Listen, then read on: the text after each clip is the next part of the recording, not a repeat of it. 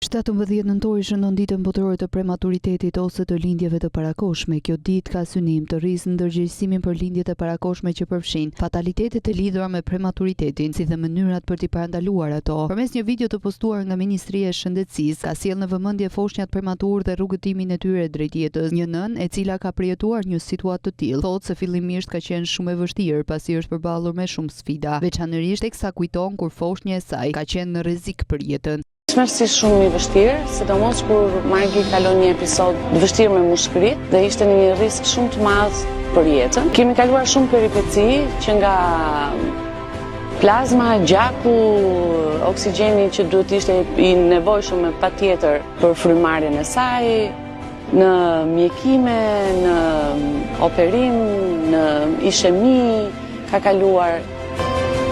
Bënim diçka që të jepnim guxime mamave që i kanë fëmijët me prematur, që mos të kenë frikë, sepse unë jam një fëmijë me prematur dhe jam shumë e shëndetshme. Si të shkëlqyra, është vajzë shumë e shkatët.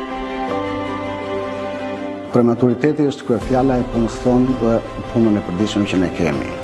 Sipas përkufizimit të përdorur gjërësisht nga Organizata Botërore e Shëndetësisë, çdo foshnjë e lindur para përfundimit të javës së 37 të shtatzanisë konsiderohet lindje e parakoshme. Në përgjithësi, sa më herët të lind foshnja, aq më shumë kujdes intensiv kërkon dhe aq më shumë probleme shëndetësore mund të ketë gjatë gjithë jetës. Në vendet e pazhvilluara, shkalla e mbijetesës për foshnjat e lindura para kohe është më e ulët se sa në vendet e zhvilluara. Në nivel global, rreth 13 milion foshnja lindin para kohe çdo vit. Komplikacionet e lindjeve të parakoshme janë shkaku kryesor i vdekjes tek fëmijët nën 5 vjeç. 75% e këtyre vdekjeve mund të parandaloheshin nëse do të përdoreshin ndërhyrje aktuale.